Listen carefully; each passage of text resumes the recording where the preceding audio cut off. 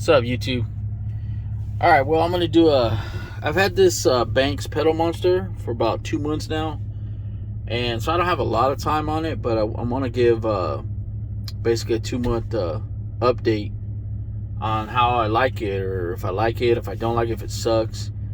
Okay, well, I will say this: initial impressions is pretty good. But of course that honeymoon period kind of wears off. And I did notice, because I had it boosted up pretty high, and it seems a little bit ridiculous when you're in like the racing, or what is this, track, even at the top of the sport. It's kind of ridiculous. I mean, because you get on the pedal, I mean, even right here, like it actually feels pretty good right now. So I was actually toying with it right now too. But when you get on the pedal and those upper ones, I mean, it's like for track. It's ridiculous. It just goes. It's almost. I guess that's why it should be track. You shouldn't be using it on the street. But I will say this. So I was messing with it about a month ago, and I was kind of like, I started. I lowered it down, and I still have, initially I still had that like kind of dead spot in the beginning of the pedal, and that's really what sucks. That's what everybody tries to get rid of, is that dead spot, and it was still kind of there, but I had left it initially when I first set it up. I left it on like Sport Max or whatever, so I started messing with it, and then I noticed that I got an update. It had a firmware update, so then I updated the firmware, and then I started messing with it again, and it actually did feel better. So I will say this. After the honeymoon, I was disappointed. Still felt like that dead spot was there pretty bad.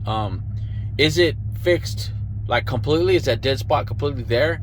I mean, is it gone? I would say no. I mean, it's almost like you need to get rid of the first 1/8 of the pedal. It just, like, I don't even understand why it's like that. But it's definitely way better than stock. If I put it to stock and then I go and I drive it, it's terrible.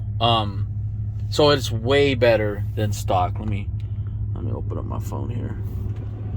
So like right now, let me just take off a little bit. Let's see here. Of course, we're in Mexico, but like I hit the pedal and it's pretty,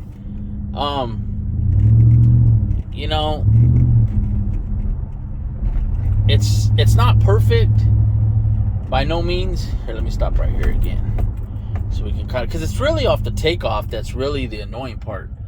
It's really just the takeoff.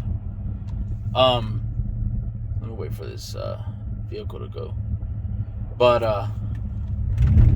so like, you see, I still feel a little bit of a dead spot, initially when you first hit the pedal, but then it's much more manageable. I mean, before I would hit the pedal and it's almost like a second delay, or I don't know, maybe even more, but it was terrible.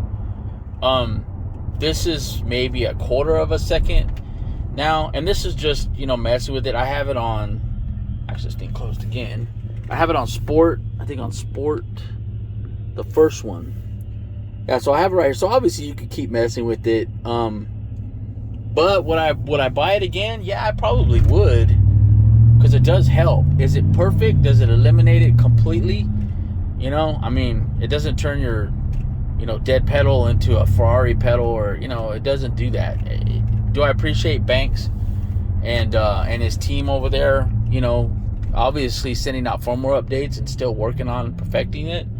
Absolutely. That, when I was kind of having second guesses about my purchase, was when I got that firmware update, and it made me feel a lot better. Like, hey, well, they're still manipulating it, the algorithm, whatever, and so that makes you feel much better about your purchase.